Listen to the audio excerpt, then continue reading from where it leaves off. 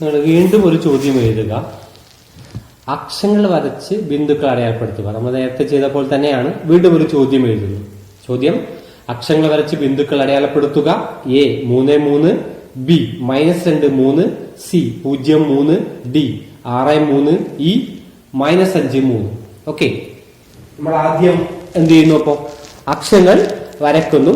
നമ്മൾ അക്ഷങ്ങൾ വരയ്ക്കാൻ പഠിച്ചിട്ടുണ്ട്, ബിന്ദുക്കൾ അടയാളപ്പെടുത്താനും പഠിച്ചിട്ടുണ്ട്. അക്ഷങ്ങൾ വരച്ച് ബിന്ദുക്കൾ അടയാളപ്പെടുത്താൻ പഠിച്ചിട്ടുണ്ട്. ഞാനിപ്പോ അക്ഷങ്ങൾ വരയ്ക്കുകയാണ്.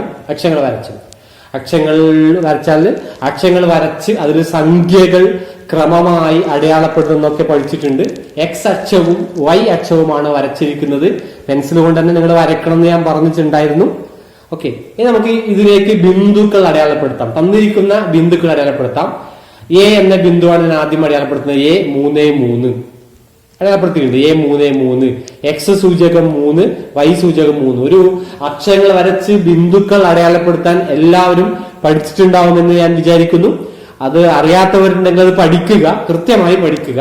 ഞാൻ അത് അടയാളപ്പെടുത്തുന്ന രീതി പറയുന്നില്ല, നിങ്ങൾ അടയാളപ്പെടുത്തുക, കൃത്യമായിട്ട് പറയുക.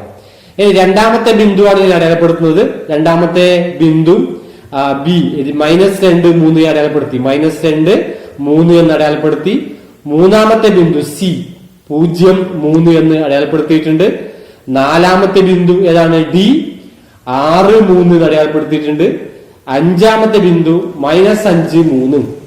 തന്നിരിക്കുന്ന 5 ബിന്ദുക്കളും ഞാൻ അടയാളപ്പെടുത്തി.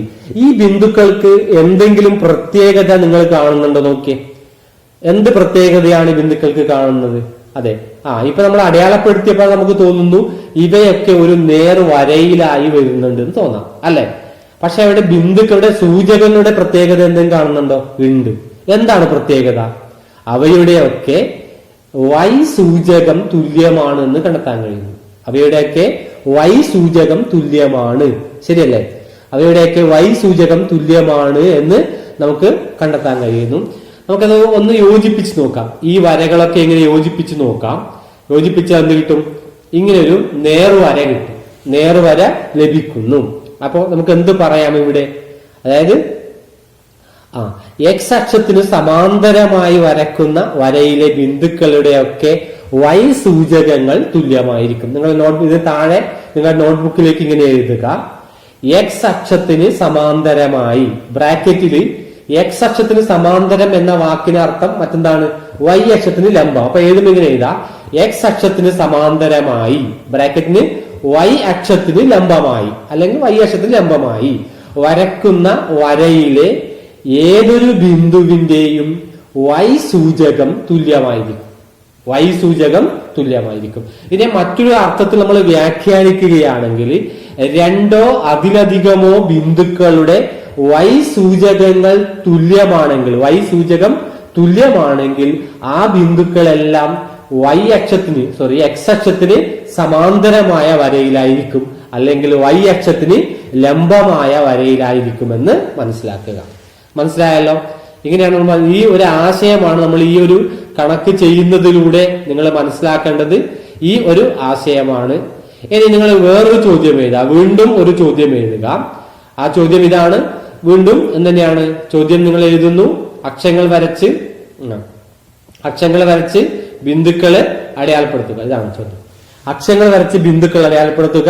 ബിന്ദുക്കൾ തന്നിട്ടുണ്ട്, അല്ലെ? ഈ ചോദ്യമാണ് നിങ്ങൾ എഴുതേണ്ടത്. നമ്മൾ ഇപ്പോൾ ചെയ്ത പോലെ തന്നെ ഈ ബിന്ദുക്കളും ഒന്ന് അടയാളപ്പെടുത്തി നോക്കാം. ഈ ബിന്ദുക്കൾ നമുക്കൊന്ന് അടയാളപ്പെടുത്തി നോക്കാം. ചോദ്യം എഴുതുക, അടയാളപ്പെടുത്തി നോക്കാം. ഒന്നാമത്തെ ബിന്ദു ഞാൻ അടയാളപ്പെടുത്തി.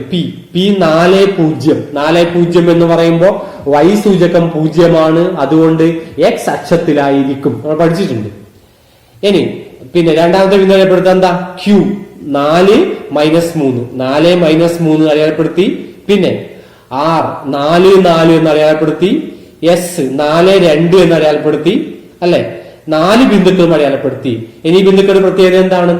ഈ ബിന്ദുക്കളെല്ലാം വേറൊരു നേർവരയിലാണ്. ആ വരയുടെ പ്രത്യേകത എന്താണ്? അത് വൈ അക്ഷത്തിന് സമാന്തരമാണ് അല്ലെങ്കിൽ എക്സ് അക്ഷത്തിന് ലംബമാണ് എന്ന് പറയാം. ഞാൻ ആ വര ഒന്ന് വരക്കാം. അപ്പൊ എന്ത് എഴുതാം? എക്സ് അക്ഷത്തിന് ലംബമായ വര അല്ലെങ്കിൽ വൈ അക്ഷത്തിന് സമാന്തരമായ വര. അപ്പൊ നമുക്ക് എങ്ങനെ എഴുതാം? നോട്ട്ബുക്കിലേക്ക് എങ്ങനെ എഴുതാം? വൈ അക്ഷത്തിന് സമാന്തരമായി ബ്രാക്കറ്റിൽ എക്സ് അക്ഷത്തിന് ലംബമായി വരക്കുന്ന വരയിലെ ബിന്ദുക്കളുടെയൊക്കെ എക്സ് സൂചകം തുല്യമായിരിക്കും. എക്സ് സൂചകം തുല്യമായിരിക്കും. മറ്റൊരു പറയുകയാണെങ്കിൽ നമുക്ക് എങ്ങനെ പറയാം? രണ്ടോ അതിലധികമോ ബിന്ദുക്കളുടെ എക്സ് സൂചകം തുല്യമാവുകയാണെങ്കിൽ ആ ബിന്ദുക്കളെല്ലാം എക്സ് അക്ഷത്തിന് ലംബമായി അല്ലെങ്കിൽ വൈ അക്ഷത്തിന് സമാന്തരമായി വരക്കുന്ന വരയിലാണ്. ഈ ഒരു ആശയം നിങ്ങളുടെ മനസ്സിലുണ്ടാവണം. അതിനു വേണ്ടിയാണ് നമ്മൾ ഈ കണക്ക് ചെയ്തത്. ഞാൻ ഒന്നുകൂടി പറയാം. നമ്മൾ നേരത്തെ എക്സ് അക്ഷത്തിലെ ബിന്ദുക്കളുടെ പ്രത്യേകത പഠിച്ചു. എന്താണ് എക്സ് അക്ഷത്തിലെ ബിന്ദുക്കളുടെ പ്രത്യേകത? എക്സ് അക്ഷത്തിലെ ഏതൊരു ബിന്ദുവിന്റെയും വൈ സൂചകം 0 എന്നാണ് പഠിച്ചത്. ഇപ്പൊ പറയുന്നു എക്സ് അക്ഷത്തിന് സമാന്തരമായി വരക്കുന്ന വര. എക്സ് അക്ഷത്തിന് സമാന്തരമായി വരക്കുന്ന വരയിലെ ബിന്ദുക്കളുടെയൊക്കെ വൈ സൂചകങ്ങൾ ഒരുപോലെ ആയിരിക്കുന്നതാണ്. വൈ സൂചകങ്ങൾ ഒരുപോലെ ആയിരിക്കും. അതുപോലെ വൈ അക്ഷത്തിലെ ബിന്ദുവിന്റെ പ്രത്യേകത എന്താ? വൈ അക്ഷത്തിലെ ബിന്ദുക്കളുടെ വൈ അക്ഷത്തിലെ ഏതൊരു ബിന്ദു എടുത്താലും ആ ബിന്ദുവിന്റെ എക്സ് സൂചകം 0 പക്ഷെ വൈ അക്ഷത്തിന് സമാന്തരമായി വരക്കുന്ന വരയിലോ?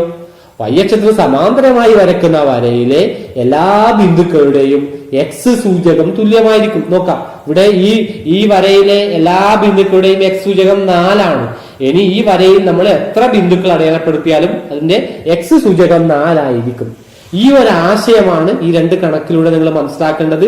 ഇനി നമ്മൾ മറ്റെവിടെയെങ്കിലും ഇതേപോലെ കണ്ടു കഴിഞ്ഞാൽ നമുക്ക് ഈ ആശയം നിങ്ങളുടെ മനസ്സിലേക്ക് വരണം. കണക്ക് ചെയ്യാൻ അത് ഉപകരിക്കും. മനസ്സിലായല്ലോ?